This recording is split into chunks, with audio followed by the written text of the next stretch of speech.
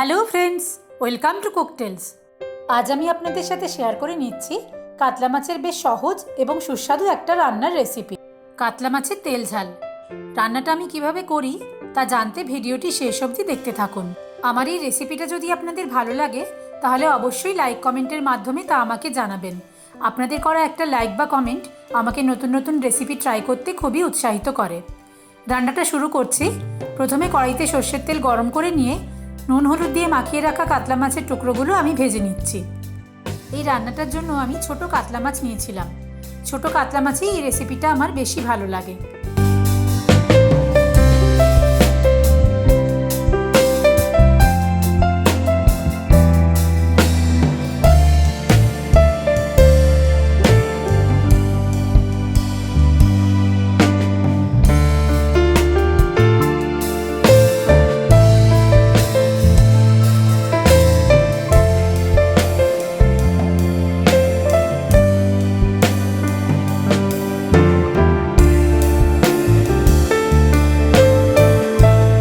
মাছগুলো ভাজা হয়ে গেছে। এবারে এই মাছ ভাজার তেলের মধ্যেই আমি ফোড়ন দিয়ে দিচ্ছি শুকনো লঙ্কা আর কালো জিরে। ফোড়নের সুন্দর গন্ধ বার হলে দিয়ে দিচ্ছি টমেটো বাটা। টমেটো বাটাটা মিনিট দুয়েক নাড়াচাড়া করে নিয়ে দিয়ে দেবো আদা রসুন বাটা।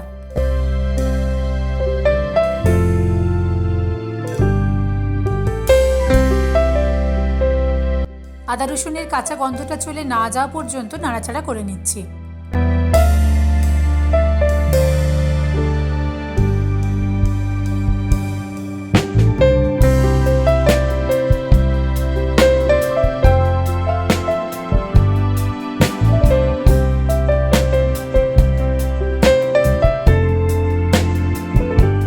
এরপরে দিয়ে দিচ্ছি স্বাদ মতো নুন, পরিমাণ মতো হলুদ গুঁড়ো, কাশ্মীরি লঙ্কা গুঁড়ো, জিরে গুঁড়ো। সমস্ত মশলা একসাথে ভালোভাবে কষিয়ে নিচ্ছি।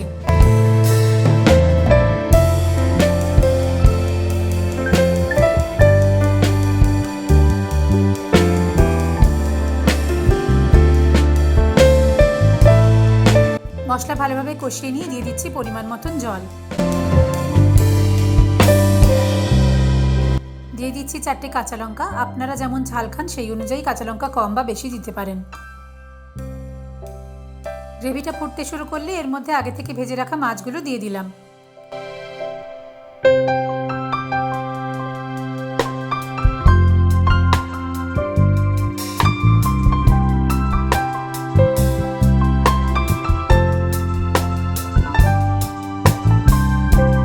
সবশেষে ধনেপাতা কুচি ছড়িয়ে গ্রেভির সাথে মিশিয়ে নিয়ে গ্যাসটা অফ করে দেব।